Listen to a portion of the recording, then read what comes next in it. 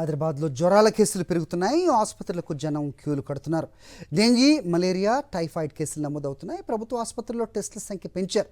జ్వరాల నేపథ్యంలో పరిసరాలను పరిశుభ్రంగా ఉంచుకోవాలని వైద్యులు సూచిస్తున్నారు. ప్రస్తుతం డెంగీ కేసులు తక్కువగానే ఉన్నాయంటున్న నాంపల్లి ఏరియా ఆసుపత్రి ఆర్ఎంఓ శ్రీలతతో మా ప్రతినిధి కిరణ్ మాట్లాడారు.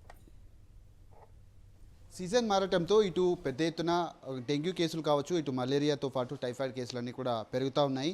హాస్పిటల్కు ఇటు పేషెంట్లు కూడా వస్తున్నటువంటి పరిస్థితి. ప్రస్తుతం ఎన్ని టెస్టులు చేస్తున్నారు, అసలు డెంగ్యూ ఫీవర్కు సంబంధించినటువంటి ఎన్ని కేసులు నమోదవుతున్నాయి, మనతో మాట్లాడడానికి డాక్టర్ ఆర్ఎంఓ శ్రీలత గారు మనతో పాటున్నారు. మేడం, డెంగ్యూ కావచ్చు, మలేరియా కావచ్చు, లేదంటే టైఫాయిడ్కు సంబంధించినటువంటి టెస్టులు ఎట్లా సాగుతున్నాయి? పేషెంట్ నుంచి ఎట్లాంటి వాళ్ళు వస్తూ ఉన్నారు?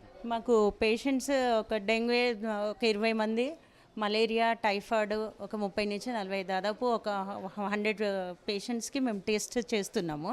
కానీ దాంట్లో పాజిటివిటీ చాలా తక్కువ ఉంది. డెంగ్యూ వస్తున్నాయి, కానీ అది 2 మెథడ్స్ చేస్తాం. ఒకటి ఎలిసా మెథడ్, ఒకటి normal rapid method. ELISA method ఏమో తెలంగాణ డయాగ్నోస్టిక్స్ పంపించి టెస్ట్ చేస్తాం.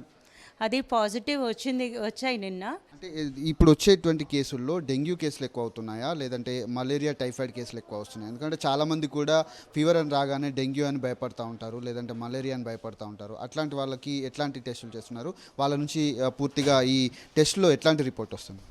మేము ఫీవర్ కేసెస్కి అన్ని టెస్టులు చేస్తున్నాము. కానీ పాజిటివిటీ అన్నీ ఎక్కువ ఏం రావట్లేదు. నార్మల్ వైరల్ ఇన్ఫెక్షన్స్ వల్ల కూడా ఫీవర్స్ వస్తున్నాయి, కానీ చాలామంది భయాందోళన దీనివల్ల అని అంటున్నారు. కానీ మాకు పాజిటివిటీ ఎక్కువ రావట్లేదు. వీళ్ళు ఎట్లాంటి జాగ్రత్తలు తీసుకోవాలి మేడం? ఎందుకంటే చుట్టూ పరిసర ప్రాంతాలు కూడా శుభ్రంగా చుట్టూ పరిశుభ్రత అనేది ఇంపార్టెంట్ అండి. మన చుట్టూ మనం పరిశుభ్రంగా ఉంచుకొని, మనం మంచి నీరు ఉంచుకొని, నీరు చాలా ఇంపార్టెంట్. నీరు కాచి చల్లార్చి మనం తాగితేనే మంచిది.